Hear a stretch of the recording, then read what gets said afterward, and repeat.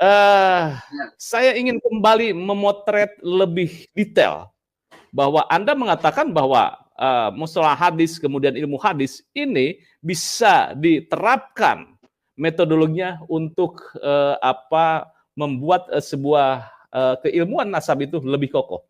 Silakan Dr. Ribut. Ya, Bismillahirrahmanirrahim. Baik Pak Yusuf, terkait pertanyaan tersebut, jadi kembali lagi bahwa kemarin kita juga sempat mengulas sebuah kaidah atau sebuah analogi, ya, yang itu perlu dipahami oleh semua pengkaji nasab maupun sanad, di mana satu sama lain saling terkait dan saling berhubungan, tidak bisa dipisahkan, ya, terutama nasab sosok yang jaraknya sangat jauh sekali dengan zaman kita, sehingga sanad sangat dibutuhkan. Kenapa demikian? Ya, seperti analogi kemarin, ya, bahwa al-asanidu fil ilmi kal angsa bifil hissi. Sanad dalam keilmuan seperti nasab dalam hubungan darah. Bagaimana memahami hal ini? Ya, kalau orang berpikir tentang masalah ilmu sebagai alat untuk mengungkap kebenaran, ya, al ilmu ma'rifatul haqqi bidalilihi, mengetahui kebenaran dengan dalilnya. Ilmu nasab punya dalil sendiri, ilmu sunnah, ilmu hadis, ilmu sanad juga punya dalil sendiri. Namun demikian, ya, perlu digarisbawahi bahwa semuanya bertolak kepada al-hawas, bertolak kepada indra, bertolak kepada syahada, kesaksian. Kalau dalam hadis itu sami'na, kita mendengar, ro'aina, kita melihat, lamasna, kita menyentuh, itu adalah hal-hal yang berkaitan dengan hawas, yang menjadi epistemologi kebenaran dalam ilmu hadis atau pandangan empiris dalam ilmu sunnah. Jadi kalau kita telaah, ya, misalnya dalam polemik nasab ini, ya, misalnya ada dari salah satu pihak, ya, misalnya tulisan daripada Ustadz Hanif Alatas, ya, Al-Alpos, yang membatalkan tesisnya Kiai Imad, itu ya punya pandangan bahwa persoalan nasab itu, ya, kata beliau, adalah persoalan yang bukan ranah ijtihadi, bukan ranah pendapat. Ya benar, memang nasab itu penetapannya bukan ranah ijtihad, bukan ranah pendapat. Namun demikian, duduk persoalannya agar dua pandangan ini bisa memiliki metodologi yang sama atau metode yang sama. Karena metodenya kalau beda, paradigmanya beda, maka kesimpulannya juga akan terus berbeda. Sehingga harus sama metode yang digunakan. Yaitu tetap ilmu nasab itu dipakai, tapi jangan lupa bahwa keberadaan sosok seseorang yang bernama Ubaidillah itu dalam keadaan sudah bukan lagi sebagai sosok manusia, tetapi sudah menjadi khobar, menjadi berita.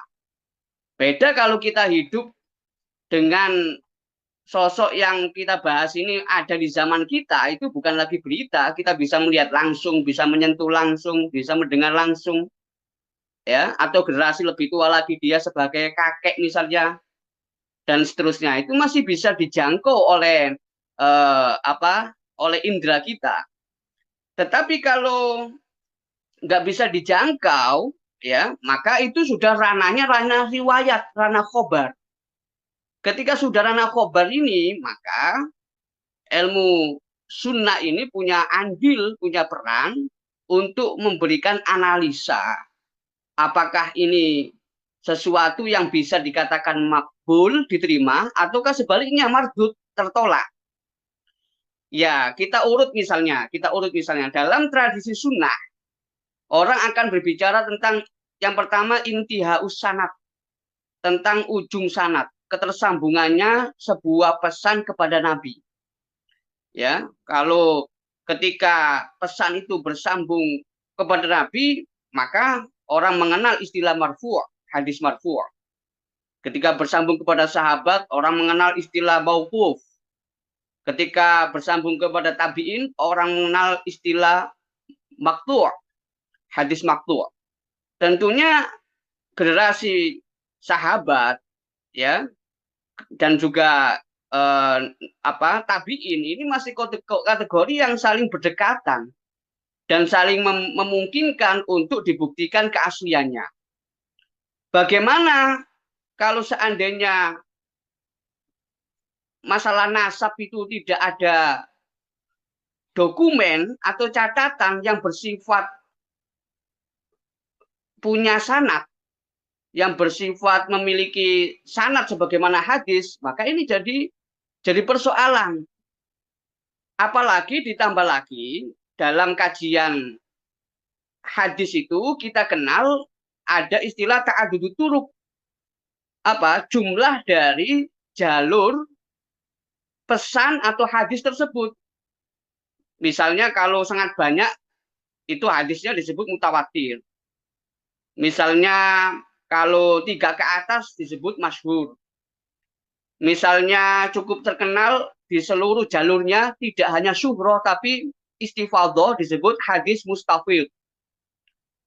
Misalnya di bawahnya kalau hanya 2 orang dari masing-masing tiap generasi minimal 2 orang disebut hadis aziz. Kemudian kalau hanya 1 orang disebut gharib misalnya. Nah itu apakah terjadi dalam persoalan nasab itu, dalam persoalan nasab sosok Ubaidillah itu, ya, yang kemudian dari kajian tersebut menelaah itu maka bisa dikaji soal al-qabul war-raddu, soal keberterimaan atau soal ketertolakan nasab tersebut. Jadi bisa dibahas di sini, ya, sebagaimana adanya sanad itu kan disebutkan laulal isnadu laqala man syaa ma syaa. Ya, seandainya tidak ada sanad maka orang akan berbicara semaunya. Oleh karena itu seorang perawi, ya termasuk dalam hal ini riwayat nasab, ya maka harus dipastikan bagaimana adalatuhu, keadilannya, ya, kesikohannya, bagaimana dhabtuhu, daya ingatnya. Itu sebagai pribadi.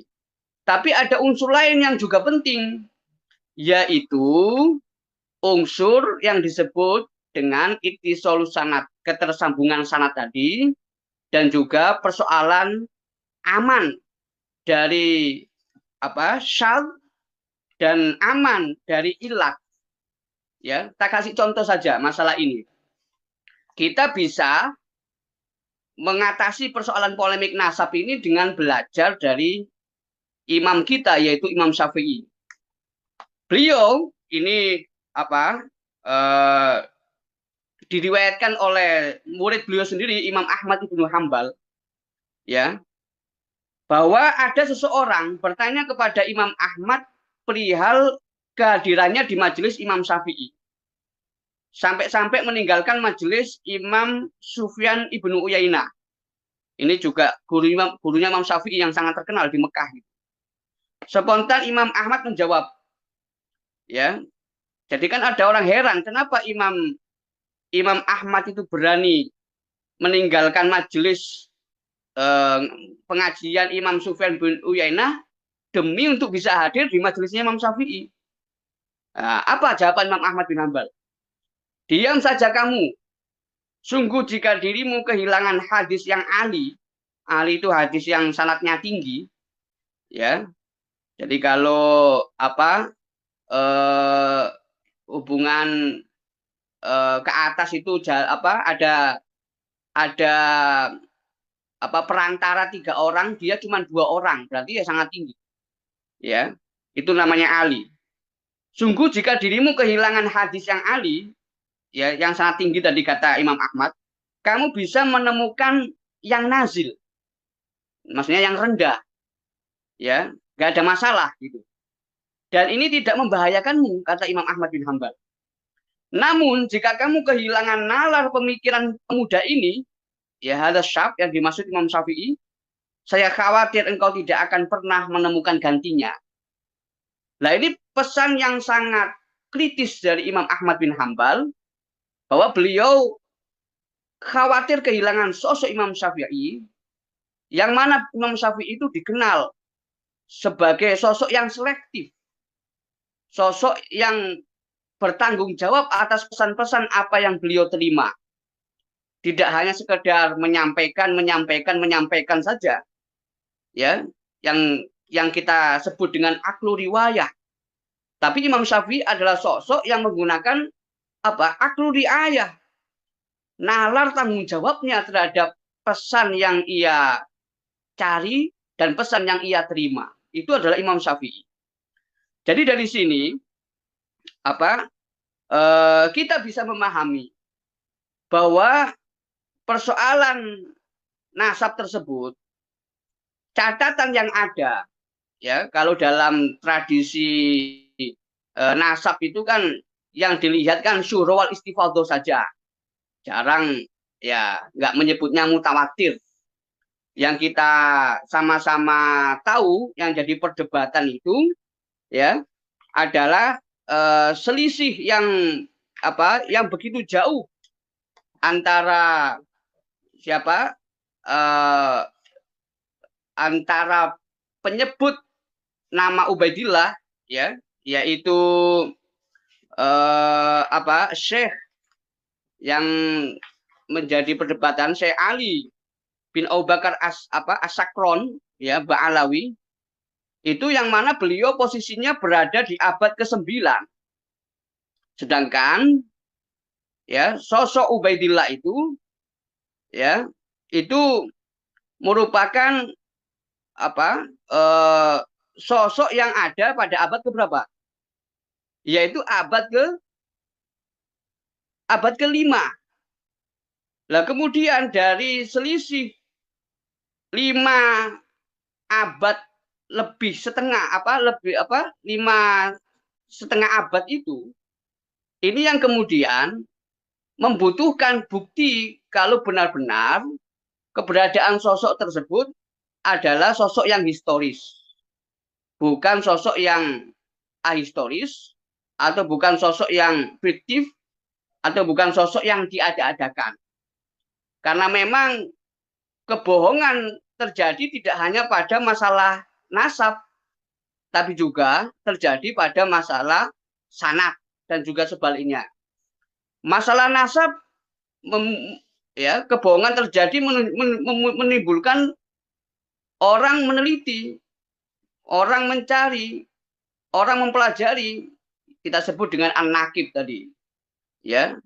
Nah, nakib-nakib ini, ya, fungsinya tidak jauh berbeda dengan muhaddis, ya, orang yang menyeleksi hadis. Nah, oleh karena itu ada persoalan yang sulit untuk dipecahkan di dalam masalah ittisalus sanad. Tentunya kita tidak jauh-jauh membahas masalah adalatul ruwat, misalnya keadilan perawinya. Di sini Syekh Ali bin Abu Bakar As-Sakron, ya, sebagai perawi melalui kitabnya. Juga nggak jauh-jauh membahas masalah haliyah atau dhabtuhu, daya ingatnya beliau. Kita masih pada persoalan ittisalus sanad. itu tidak tidak ditemukan. Yang kedua, itu persoalan yang disebut dengan kejanggalan dan juga keganjilan. Ya, apa itu? Yaitu adanya dokumen yang lebih tua yang ditulis dalam kitab Sajaratul Mubarakah, yang dokumen itu ya jelas-jelas tidak menyebutkan nama sosok Ubaidillah, bahkan secara tegas menyebut jumlah anak itu hanya 3 orang. Nah ini maka satu sisi posisi kitab yang dikarang oleh Syekh Ali bin Abu Bakar As-Saktur itu ya bisa dikatakan gharib, bukan kategori syura wal istifadhah. Yang kedua, ya tidak bisa dipertahankan karena menyelisihi catatan yang ada sebelumnya dengan jarak ya 5 abad lebih tersebut. Ya, oleh karena itu, ya ini kalau dalam kategori itilusan Bu, ya kalau secara gampangnya orang akan menyebut mungkotik begitu. Tapi sebenarnya lebih tepatnya itu ya la asla lahu. Ya, kalau ada sanadnya kan orang menyebut maudhu itu. Maudhu itu masih ada asal usulnya tapi palsu. Tapi kalau asal usulnya nggak ada, ya kita nyebut la asla lahu. Tapi ini mungkin sulit dipahami oleh mereka-mereka yang nggak terbiasa membaca naqdus sanad atau membaca mustalahul hadis. Namun demikian, ya orang bisa menyebut hal itu sebagai mungqati'. Lah, ditambah lagi, apakah kemudian hal ini mardud? Nah, ini saya tidak menghakimi. Tapi yang jelas, ya dalam tradisi sunnah itu, kalau masalah sanad itu nggak terpenuhi, ya, kemudian ada persoalan dalam hal masalah sesuatu yang dianggap ganjil dan itu nggak bisa dijawab, maka itu nggak bisa memenuhi kategori berita itu atau khobar itu atau riwayat itu sebagai riwayat yang makbul yang bisa diterima. Ya, ini sementara Pak Yusuf. Jadi pemaparan. Ya. Ini cukup panjang ini, luar biasa penjelasannya, Dr. Ribut. Ini kan yang menjadi persoalan seringkali bahwa salah satu metodenya adalah suhra wal istifadhah, sudah diakui.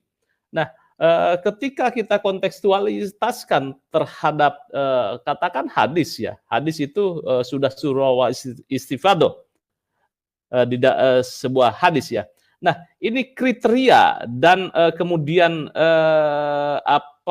item-itemnya itu seperti apa gitu kan kalau kita kontekstualitaskan. Katakan hadis ini diakui atau mutawatir pada eranya, gitu. Kemudian suhra wal istifadhah, masalah nasab juga. Apakah suhra wal istifadhah itu cukup 500 tahun kemudian kesepakatan para ulama atau para nakib-nakib atau bagaimana? Silakan, Dr. Ribut. Iya, tadi juga menyambung bahwa kalau bukan sosok public figure seperti yang disampaikan oleh Pak Yai Ubaidillah tadi, itu ya wajar sekali kalau kemudian posisinya itu kalau dalam masalah dokumen yang ditemukan itu misalnya satu kitab di zaman itu, ya ini sangat asing, bisa dikatakan sangat gharib, nggak sampai tingkatan syura wal istifadhah, apalagi ya tingkatan mutawatir. Karena syura wal istifadhah itu harus memang kenyataan, kalau memang dokumennya itu dari awal sampai berikutnya itu tingkatannya itu syura wal istifadhah, maka kita bisa mengatakan itu syura wal istifadhah.